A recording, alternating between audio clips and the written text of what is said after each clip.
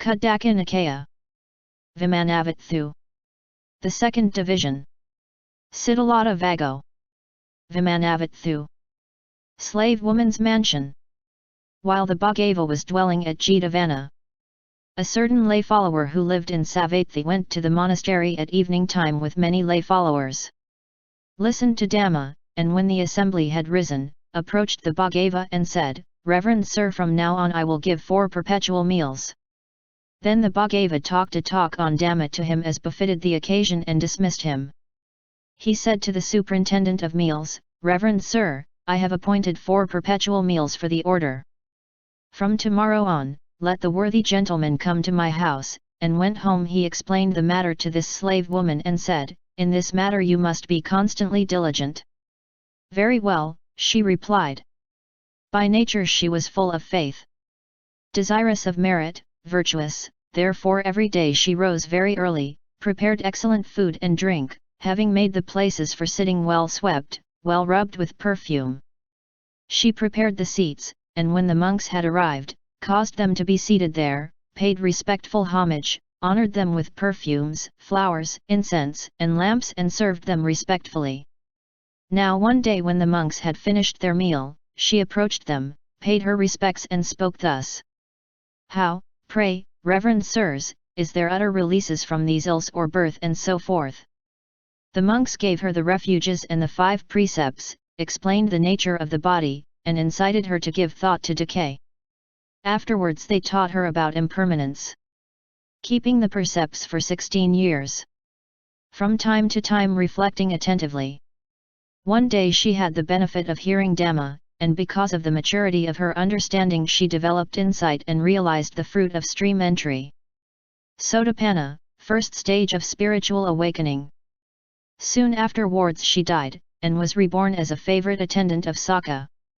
And she roamed about in the parks and so on, fated by 60,000 musical instruments, enjoying great deva bliss, amusing herself with her entourage. The venerable Elder Monk Maha-Goggallana saw her in the way described above and asked her, "Like Sakka, in the delightful Siddhalata grove, you stroll about, attended by a throng of women on every side, making all the quarters shining like the healing star. Because of what is your beauty such? Because of what do you prosper here, and there arise whatever are those delights that are dear to your heart? I ask you, Devi of great majesty, what merit did you when you were born a human being? Because of what is your brilliant majesty thus and your beauty illumines all the quarters?" That Devata, delighted at being questioned by Goggallana, when asked the question explained of what deed this was the fruit. "When I was born a human being among men, a woman slave I was, a menial in a household, a lay follower of the one with vision, of Gautama, widely famed. With effort gained was I in the dispensation of that steadfast one. Let this body break up as it may, herein in no relaxing. The way of the 5 rules of training, secure, auspicious, is said by the wise to be without a thorn, without tangle, straight. Look at the fruit of effort as achieved by a little woman. Companion of the king am I, of Sakka who is of highest power. 60,000 musical instruments wake me from my sleep. Alamba, Gagara, Bhima, Sadhyavadan and Samsaya. Pokhara and Supasa. Vinamokha and other. Nanda as well as Sunanda, Sanadina, Susamita. Alambusa, Misakisi and the pitiless one called Pundarika, Anafasa, Supasa, and Subhada, Madhuvadini. These and other more lovely. Arouse the nymphs. In the morning they come to me and say, "Come, we will dance, we will song, come, let us delight you." Not for those with deeds of merit not done, for those alone with deeds of merit done is this Nandana, without grief, delightful, the great grove of the. Not here nor beyond is there bliss for those with deeds of merit not done, but bliss there is here and beyond for those with deeds of merit done. Of such as long for companionship, by these much righteousness must be done, for they who have done deeds of merit delight, rejoice in heaven. Vimanavathu. Vimanavathu. Lakama's mansion. The Bhagava was dwelling in Varanasi. Now there was a gate to the city of Varanasi called Fisherman's Gate. There was also a village situated near it known likewise as Fisherman's Gate.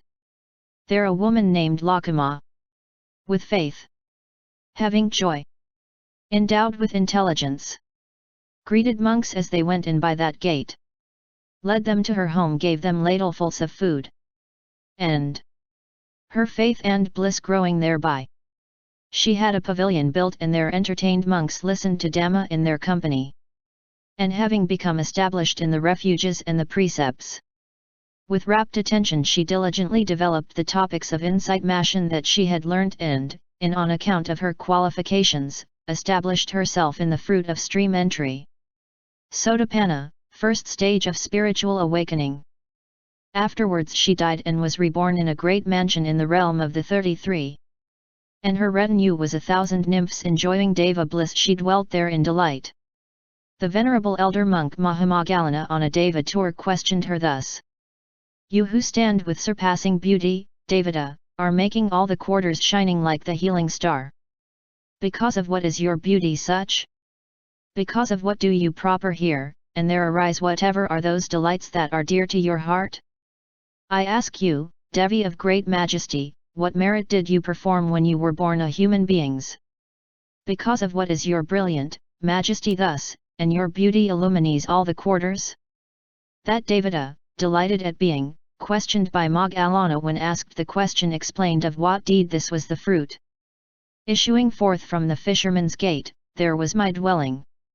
There to disciples, great seers, as they were passing by. With a devout mind I gave rice, kamma, greens, and salted sour gruel to the upright. On the 14th, 15th, and 8th of the bright fortnight, and a special day of the fortnight well connected with eightfold, I observed the observance. Aposatha, fortnightly fasting and confession. Always self-controlled by the practice of morality. And in the mansion restrained and generous I dwell. Refraining from killing of creatures, and restrained from lying speech, from theft, and the drinking of liquor far removed.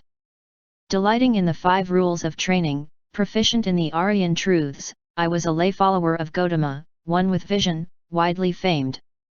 Because of this is my beauty such. And my beauty illumines all the quarters. And, Reverend Sir, on my behalf, will you pay homage with your head at the blessed at the Bhagava's feet? Saying. The lay woman follower named Lakuma pays homage with her head at the Bhagava's feet. Indeed, this would not be surprising, Reverend Sir, that the Bhagava were to declare for her the fruit of one's return. Rice crust giver's mansion. The Bhagava was dwelling in Rajagaha, at the squirrels' feeding place in Bamboo Grove. But at that time the members of a certain household in Rajagaha were afflicted by an epidemic of cholera. All the people died there except one woman. Terrified by the fear of death, she abandoned the house and all her money and grain that were inside it and fled through a breach in the wall. Having no one to help her, she went to the house of another family and stayed at the back of it. The people in that house, taking pity on her, gave her the rice gruel, boiled rice, rice crust and so on that were left in the rice pot and other cooking vessels. By means of their generosity she was able to live there. And at that time the venerable Elder Monk Maha-Goggallana had entered the attainment of cessation for 7 days. Had emerged from it, and as he was thinking, now today whom shall I favor by accepting food? Whom shall I set free from distress and woe? He saw that this woman was near death and that a kamma conducive to hell had made its appearance for her. He thought, when I go, this woman will give me the rice crust she has received for herself. Through that very deed she will be reborn in the world of the Devas who delight in creating. When I have thus freed her from rebirth in hell, assuredly I shall be producing Deva bliss for her. And having dressed early in the morning, he took bowl and robe and went toward the place where she was living. Now Saka in disguise, offered him Deva food of many flavors and with many soups and curries. The elder recognized him and declined, saying, Kosaya, why do you whose good acts are accomplished act thus? Do not ruin the luck of unhappy wretches, and came and stood before the woman. She, wishing to offer him something, thought, there's nothing suitable here to give this elder of great majesty, and she said, please go further. The elder, retreating only a step, accepted not that others offered him. She, discerning he wanted to help her, gave him her rice crust, and he ate it there, and said, "In your third life before this you were mother," and went away. She, dying that very night, was reborn among the devas who delight in creating. Then Sakka, knowing of her death and not seeing her among the 33, went during the middle watch of the night to the venerable elder monk Maha-Goggallana and asked him, "As you, walking for alms food, were standing silent, there was wretched beggar woman living at the back of another's house. She who with joy, gave you rice crust with her own hands, leaving behind the human body, to what state is she gone?" Then the elder, replying to him, spoke of the place of rebirth. "As I, walking for alms food, was standing silent, there was a wretched beggar woman living at the back of another's house. She who, with joy, gave me rice crust with her own hands, leaving behind the human body, deceasing from here is utterly freed. There are devas of great psychic potency, delighting in creating. That blissful woman, the joyous giver of rice crust, is there." And when Sakka had heard of the great result, the great advantages of her gift, he said, "Ah, gift of pauper to Kassapa, well placed. The alms given with food begged from another did indeed bring results. She who shall hold sway as consort of a wheel-turning king, a woman lovely in every limb, graceful in her lord's eye, is worth a 16th part of this gift of rice crust. 100 Nikas, 100 horses, 100 mule-drawn chariots, 100,000 maidens bedecked in jeweled eardrops, are worth a 16th part of this gift of rice crust. 100 Himalayan elephants with tusks like chariot poles, hefty and lordly elephants with armor and trappings of gold, are worth a 16th part of this gift of rice crust. Not even he who may hold sway here over the 4 continents is worth a 16th part of this gift of rice crust." The elder Maha-Goggallana described it to the Lord Buddha all that had been said to him here by Sakka. Taking it as a topic, the Lord taught Dhamma. Vimanavathu. Vimanavathu. The Chandala's mansion. While the Bhagava was dwelling at Rajagaha, he entered into the attainment of great compassion practiced by Buddhas. Arose. And surveying the world, saw that in that very city, living in the Chandala settlement, was an aged woman whose span of life was at an end, and that for her there existed a kamma conductive to hell. With great compassion he made her do a kamma conducive to heaven, and thinking, "I will establish her in heaven," with a great order of monks entered Rajagaha for alms.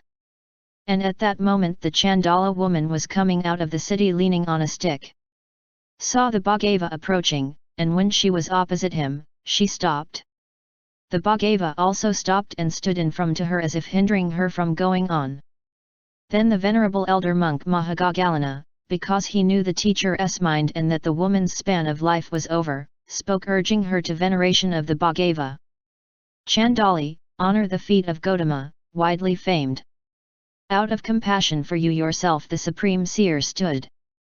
Incline your mind favorably towards one who is worthy and steadfast as he. Make haste, honor him with clasped hands, for brief is your life." And she listened to him. And with emotion she came to have faith in the teacher, paid homage with the 5-fold veneration, and with mind become one-pointed through joy in the Buddha she stood with head bowed. The Bhagava saying, "This is sufficient for her attainment of heaven," entered the city with the order of monks. Now immediately after that a runaway cow with a young calf, rushing toward the woman, attacked her with its horns and killed her. To explain all this the recensionists spoke 2 verses. Urged on by one who was self-developed, bearing his last body, the Chandali honored the feet of Gautama, widely famed. That cow struck down that Chandali as she was standing with clasped hands reverencing the self-awakened one, light bringer in the darkness. And she was reborn among the 33. And she had a retinue of 100,000 nymphs. And on that very same day she came, a Devata with her mansion, alighted, went up to the venerable elder monk Maha-Goggallana and paid homage to him. To explain this she said, "Lord of great majesty, I who have attained the psychic potency of devas, approach and honor you whose cankers are destroyed, who are stainless, imperturbable, seated in solitude alone in the forest." The elder asked her, "You of golden color, radiant, of great renown, with divers ornaments, from a mansion alighted, surrounded by a throng of nymphs. Who are you, lovely Devata, who are honouring me?